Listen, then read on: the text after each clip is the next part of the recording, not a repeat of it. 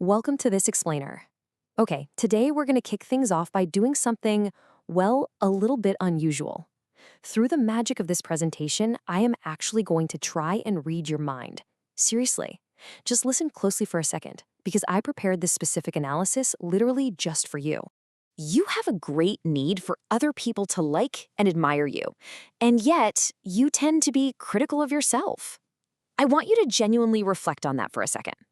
Think about how deeply and accurately this captures your own secret, unique struggles. It hits pretty close to home, doesn't it? So, does this sound exactly like you? Well, here's the trick. That statement, it wasn't written for you. Actually, scratch that. It was given to absolutely everyone watching this right now. And yet, almost all of us felt a deeply personal connection to it. It's wild, but this little experiment proves just how easily our brains can be manipulated by a super fascinating psychological quirk. All right, let's dive into exactly what this is. What you just experienced is called the Barnum effect, or sometimes the Forer effect. Basically, it's a phenomenon where individuals believe that generic information, stuff that could honestly apply to almost anyone on the planet, applies specifically and uniquely to themselves. It's a cognitive bias that completely tricks us into finding non-existent parallels between super vague text and our own highly specific lives. And this definitely isn't a new trick. Looking at the timeline, it builds historically, starting with a sneaky psychology professor back in 1948, eventually getting its famous name in 1956, and now it's evolved into the sophisticated modern digital algorithms that power all our everyday apps. To really understand the roots of this, we've got to look at American psychologist Professor Bertram R. Forer. Picture this. It's 1948, and he gives his intro-psychology students what they thought was a highly personalized personality test. He promises to analyze their unique answers and give them customized feedback. But he totally didn't. Secretly, he handed every single student the exact same paragraph of completely generic, unspecific feedback, including, by the way, that very quote we used at the start of this explainer. He then asks his students to rate the accuracy of that feedback on a scale from 0 to 5. The result?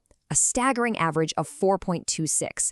That is incredibly high. These students were completely convinced that this totally fake generic feedback was a highly accurate, customized assessment of their innermost traits. Professor Forer actually called this the fallacy of personal validation. So why on earth is it usually called the Barnum effect today? Well, jump to 1956. An American clinical psychologist named Paul Meehl was getting incredibly frustrated by his colleagues using vague, general statements to diagnose patients. So he coined the term Barnum effect after the famous 19th century American showman P.T. Barnum. The guy famously associated with the phrase, "There's a sucker born every minute." But here is the brilliantly ironic part. Historical evidence suggests P.T. Barnum likely never even uttered that famous quote. No way, right? But hey, the name stuck anyway. Section 1. Why we fall for it. The psychological mechanics of the Barnum effect. We all love to think of ourselves as these rational, completely unique individuals. So why do we fall for this over and over again? It essentially comes down to something called the Pollyanna principle, or positivity bias. As humans, we just have this subconscious tendency to eagerly accept flattering praise as uniquely ours, while swiftly rejecting negative criticism. Like if a horoscope says you are independent and a deep thinker, you're immediately like, yep, that's me. But if it points out a harsh flaw, you'll probably just brush it off as nonsense. We desperately want to believe good things about ourselves, so we happily accept positive, vague feedback as precise reality. And this brilliantly illustrates how confirmation bias just amplifies the whole effect. Confirmation bias is our tendency to interpret new information in a way that simply confirms our existing beliefs.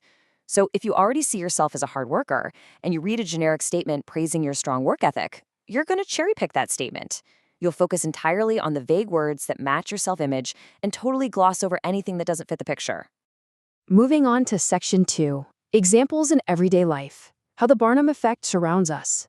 Because, listen, this goes way beyond fortune tellers and your daily horoscope. The Barnum effect is literally woven deeply into the fabric of our modern society. We see it actively thriving in astrology, for sure, but also in high-stakes political campaigns, sophisticated targeted marketing, the recommendation algorithms of giants like Spotify and Netflix, and even in this huge growing trend of social media self-diagnosis. Let's break a few of these down. Take political campaigns, for example. Have you ever noticed how politicians from completely different backgrounds will use slogans like, "We care about the future of our children," or "We want to build a better society"? I mean, these are classic Barnum statements. Honestly, who wouldn't agree with that? The brilliance here is that it makes individual voters feel like their specific, unique problems are being directly addressed by the candidate, when in reality, the statement is just an empty vessel that applies to absolutely everyone. Marketers also heavily exploit this. A really great example comes from the optimization company AB Tasty. They ran a campaign for the beauty retailer Sephora where they created a promotional banner explicitly for loyalty card members. Now, here's the kicker. This banner was totally generic. It was shown to all loyalty members, but it played on that feeling of exclusivity. Because people have this strong tendency to feel these kinds of messages are directed specifically to them, that simple, generically personalized banner drove a massive 16% increase in transactions on Sephora's site. We also see it constantly in our digital products. When you log into Netflix and see a Just For You category, or you check out your Spotify Discover Weekly playlist, it feels like it was handpicked just for your unique tastes, right? Well, while machine learning is definitely involved, the technology just isn't advanced enough to perfectly curate infinite content for millions of unique users. Instead, these platforms rely on the Barnum effect to amplify a false sense of deep, one-to-one curation.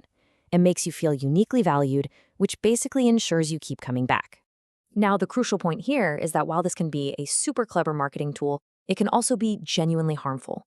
We're seeing a massive rise right now in young people self-diagnosing on platforms like TikTok.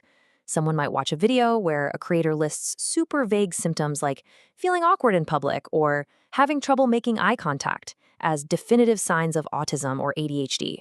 Viewers completely relate to these perfectly normal, universally human quirks, but thanks to the Barnum effect, they interpret them as unique, highly specific symptoms of a clinical disorder.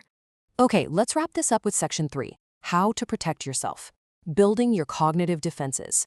So how exactly do we stop our brains from falling right into this trap? Let's arm you with some critical thinking skills. There are 3 actionable defense mechanisms you can start using today. First, actively look out for vague, sweeping statements, especially the flattering ones. Second, flip the script. Ask yourself, could this exact same description apply to my best friend or honestly basically anyone else? And third, and this is the absolute most important one, question the source. If a source doesn't actually have detailed, factual information about your personal life, they absolutely cannot provide a highly accurate assessment of who you are. I really want to leave you with this final, provocative thought today. Next time you read something that feels like it's piercing your very soul, take a step back. Are your thoughts, traits, and struggles genuinely unique to you, or are they just universally human? Once you recognize the Barnum effect, I promise you, you will start seeing it everywhere. Thank you so much for joining me for this explainer, and as always, stay curious.